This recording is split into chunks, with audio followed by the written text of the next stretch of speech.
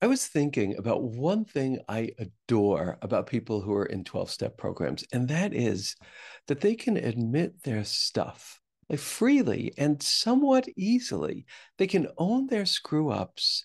And I realize that what that means is that on some level, they have forgiven and accepted themselves. It is not a terrible, terrible thing to be human, to be, as I've just heard, both a masterpiece and a work in progress at the same time. And people in program know this.